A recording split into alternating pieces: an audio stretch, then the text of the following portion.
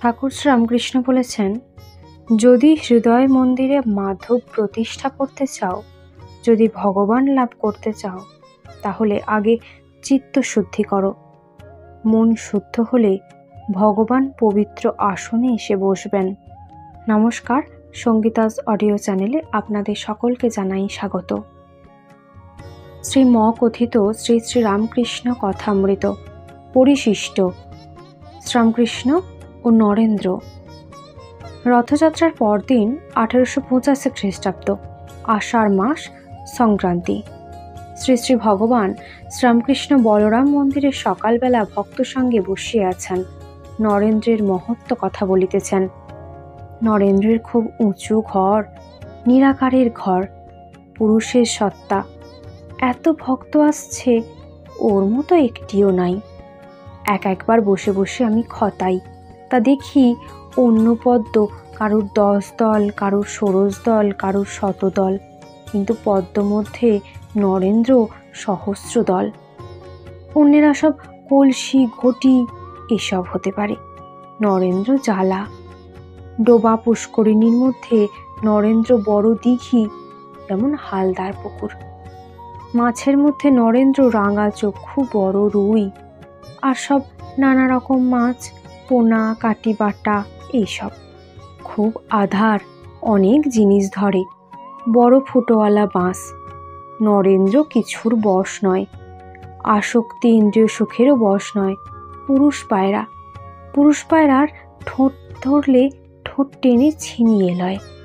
মাদি পায়রা চুপ করে থাকে। 3 বৎসর পূর্বে 1882 খ্রিস্টাব্দে নরেন্দ্র 2-1টি ব্রাহ্মণ বন্ধুর সঙ্গে দক্ষিণেশ্বরে শ্রীরামকৃষ্ণকে দর্শন করিতে আসিয়াছিলেন। রাত্রিতে ওইখানেই ছিলেন। প্রত্যুষ হইলে ঠাকুর বলিলেন, যাও পঞ্চবটিতে ধ্যান করো গিয়ে। কিয়ৎক্ষণ পরে ঠাকুর গিয়া দেখেন তিনি বন্ধুর সঙ্গে পঞ্চবটি মূলে ধ্যান করিতেছেন। ধ্যানান্তে ঠাকুর তাহাকে বলিতেছেন, দেখো, ঈশ্বর দর্শনই জীবনের উদ্দেশ্য। ব্যাকুল হয়ে নির্জনে গোপনে তার ধ্যান চিন্তা করতে হয়, কেঁদে কেঁদে প্রার্থনা করতে হয়, ঠাকুর আমাকে দেখা দাও। ব্রাহ্ম সমাজের ও অন্যান্য ধর্মাবলম্বীদের লোকহিতকর কর্ম যথা স্ত্রী শিক্ষা, স্কুল স্থাপন, বক্তৃতা দেওয়া সম্বন্ধে বলিলেন। আগে ঈশ্বর দর্শন করো। নিরাকার সাকার 2 দর্শন। বাক্য মনের অতীত যিনি, তিনি আবার ভক্তের জন্য রূপ ধারণ করে দর্শন দেন আর কথা কন। দর্শনের পর তার আদেশ লয়ে লোকহিতকর কর্ম করতে হয়। একটা গানে আছে, মন্দিরে ঠাকুর প্রতিষ্ঠা হয় নাই, পদ কেবল শাঁখ বাজাচ্ছে, যেন আরতি হচ্ছে। একজন তাই ধিক্কার দিয়ে বলছে, মন্দিরে তোর নাহিক মাদক, পদ শাঁখ ফুঁকে তুই করলি গোল। তাই চামচিকি 11 জনা দিবানিশি দিচ্ছে হানা। ঠাকুর বলছেন, যদি হৃদয় মন্দিরে মাধব প্রতিষ্ঠা করতে চাও, যদি ভগবান লাভ করতে চাও, তাহলে শুধু ভো ভো করে শাঁখ ফুঁকলে কি হবে? আগে চিত্ত শুদ্ধি করো। মন শুদ্ধ হলে ভগবান পবিত্র আসনে এসে বসবেন। চামচিকার বিষ্ঠা থাকলে মাধবকে আনা যায় না। 11 জন চামচিকে, অর্থাৎ 11 ইন্দ্রিয়। আগে ডুব দাও, ডুব দিয়ে রত্ন তোলো, তারপর অন্য কাজ। আগে মাধব প্রতিষ্ঠা, তারপর ইচ্ছা হয় বক্তৃতা দিও। ঠাকুর বলছেন, কেউ ডুব দিতে চায় না। সাধন নাই, ভজন নাই, বিবেক বৈরাগ্য নাই, 2-4টে কথা শিখেই অমনি লেকচার। লোক শিক্ষা দেওয়া কঠিন। ভগবানকে দর্শনের পর যদি কেউ তার আদেশ পায়, তাহলে লোক শিক্ষা দিতে পারে। 1884 খ্রিস্টাব্দে রথযাত্রা দিন কলিকাতায় ঠাকুর শ্রীরামকৃষ্ণের সহিত পণ্ডিত শশধরের দেখা হয়। নরেন্দ্র উপস্থিত ছিলেন। শ্রীরামকৃষ্ণ পণ্ডিতকে বলিলেন, তুমি লোকের মঙ্গলের জন্য বক্তৃতা করছো, তা বেশ, কিন্তু বাবা, ভগবানের আদেশ ব্যতি রেখে লোক শিক্ষা হয় না। ওই 2 দিন লোক তোমার লেকচার শুনবে, তারপর ভুলে যাবে। হালদার পুকুরের পাড়ে লোকে বাজছে করত, লোক গালাগাল দিত, কিন্তু কিছুই ফল হয় নাই।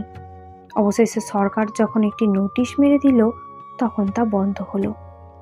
তাই ঈশ্বরের আদেশ না হলে লোক শিক্ষা হয় না। তাই নরেন্দ্র গুরুদেবের কথা শিরোধার্য করিয়া সংসার ত্যাগ করিয়া নির্জনে গোপনে অনেক তপস্যা করিয়াছিলেন।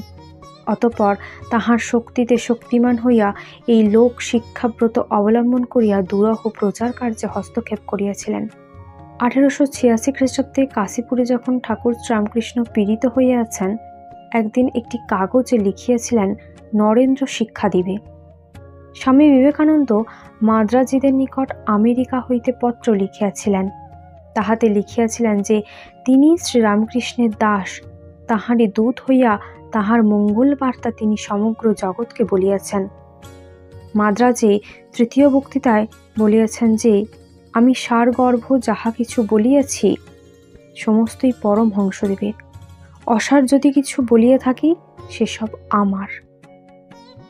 কলিকাতায় রাধাকান্তদেবের বাড়িতে যখন তাহার অভ্যর্থনা হয়, তখনও তিনি বলিয়াছিলেন যে শ্রীরামকৃষ্ণের শক্তি আর জগৎব্যাপী। হে ভারতবাসীগণ, তোমরা তাহাকে চিন্তা করো, তা হইলে সকল বিষয়ে মহত্ব লাভ করিবে। গুরুদেবের কথা বলিতে বলিতে স্বামী বিবেকানন্দ একেবারে পাগল হইয়া যাইতেন। ধন্য তার গুরু ভক্তি।